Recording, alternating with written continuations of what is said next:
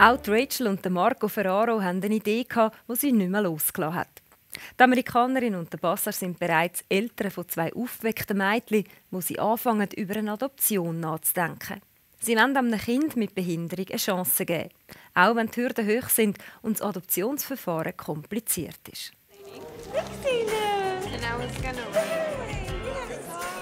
Das ist Cela. Seit Februar 2018 gehört sie zur Familie Ferraro. Heute feiern sie die Adoption mit ihren internationalen Freunden. Die beiden Schwestern, Aviva und Phoebe, freuen sich über ihre neue Schwester.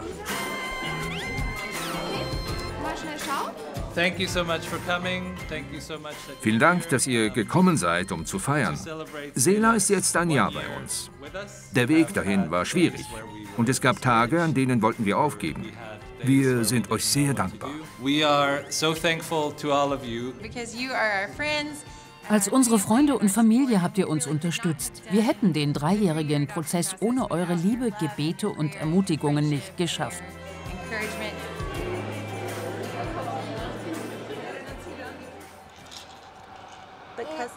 Wir haben relativ früh in unserer Beziehung, schon bevor wir geheiratet haben, darüber geredet, dass wir die Kinder auch adoptieren könnten. Ich habe ein Kind, das nicht mehr ist, lieben. 2012 ist Rachel zum ersten Mal schwanger. Die Ärztin lädt die werdenden Eltern zu einem Gespräch ein. Dann hat es geheißen, wir haben eine 1 in 50 Chance, dass das Kind Down-Syndrom hat.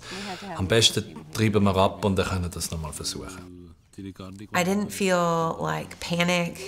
Ich bin nicht in Panik ausgebrochen darüber, wie mein Leben in der Zukunft aussehen könnte. Meine Reaktion war, ich muss dieses Baby beschützen. Dieser hässliche Gedanke, ein Baby zu töten, fühlte sich an, als ob jemand mir eine Ladung Eis über den Rücken ausleert. Wir antworteten, dass wir die Schwangerschaft auf jeden Fall weiterführen werden. Es ist unser Kind und wir wollen es.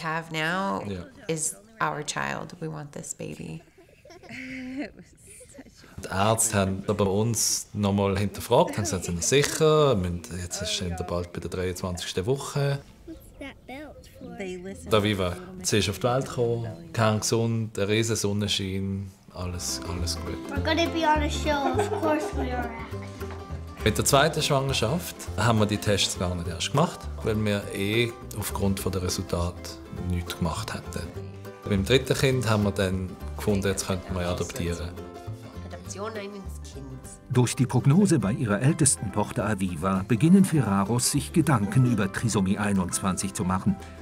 Im Adoptionsprozess kommt die Frage auf, ob sie bereit sind, ein behindertes Kind zu adoptieren.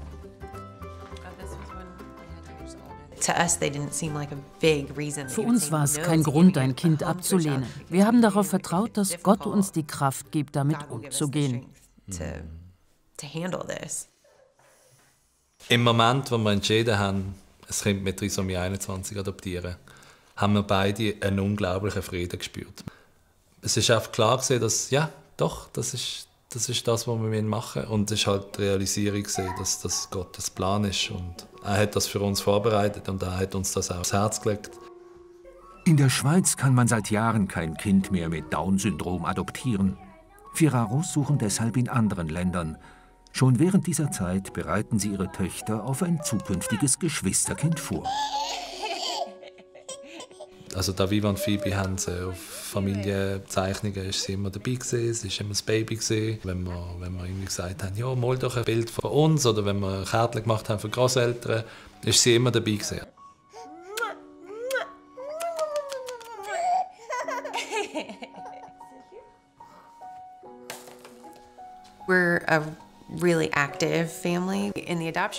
Wir sind eine sehr aktive Familie. Im Adoptionsprozess habe ich gemerkt, dass sich der Familienalltag verlangsamen wird. Vieles war plötzlich nicht mehr möglich. Wir mussten einfach warten, Geduld haben und darüber meditieren, was Gott tut. Es war eine meditative Pause. In der Bibel, in den Psalmen, steht das Wort Cela zwischen den Musikstücken. Es bedeutet, mach eine Pause oder meditiere. So ist dieses Wort Cela bei uns aufgekommen.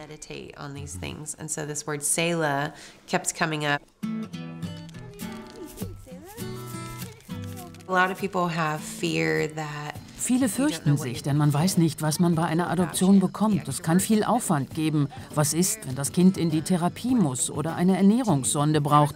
Bekannte haben viele Bedenken geäußert. Oder was ist, wenn das Kind mega schlimm ist, kannst du es dann wieder zurückgeben? Wobei, auch mit deinen natürlichen oder biologischen Kindern kannst du das ja auch nicht. Aber wir können auch sagen, dass wir in unserer Kirchgemeinde und im Umfeld auch sehr viele Leute haben, die uns mega unterstützt haben. Wenn man halt den christlichen Beweggrund versteht, dann gibt es wirklich nicht viel, was man daran rütteln kann. Weil wir schlussendlich als Christen die Aufgabe haben, unseren Nachbarn zu lieben. Und unser Nachbar ist halt auch das Kind in einem Waisenhaus. Schließlich findet die Agentur Licht für Kinder in Armenien ein Heim mit behinderten Kindern. Daraufhin reist die ganze Familie nach Jerewan und trifft Cela dort zum ersten Mal.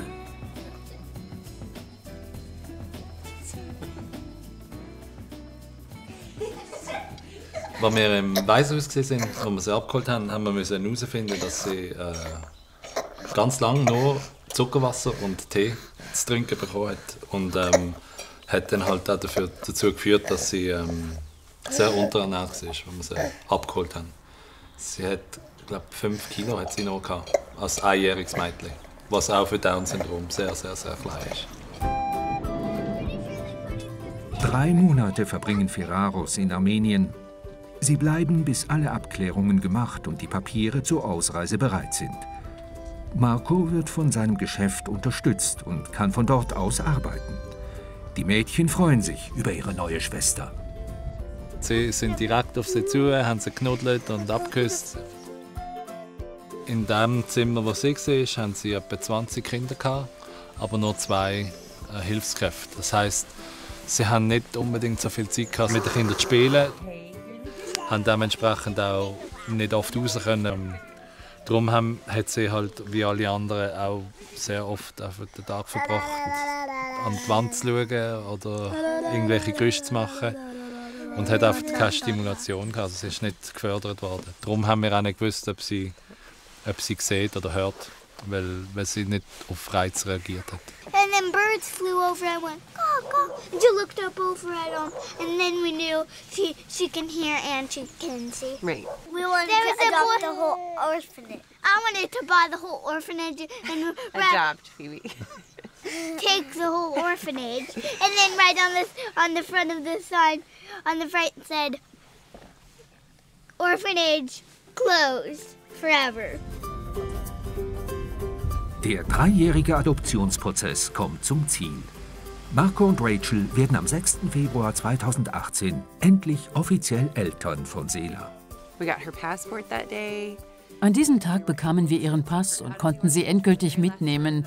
Wir freuten uns darauf, nach Hause zu gehen und als Familie zu leben. Es war nahezu unwirklich. Marco hat It's geweint. almost over. It was unreal. Marco cried. And we were all super happy.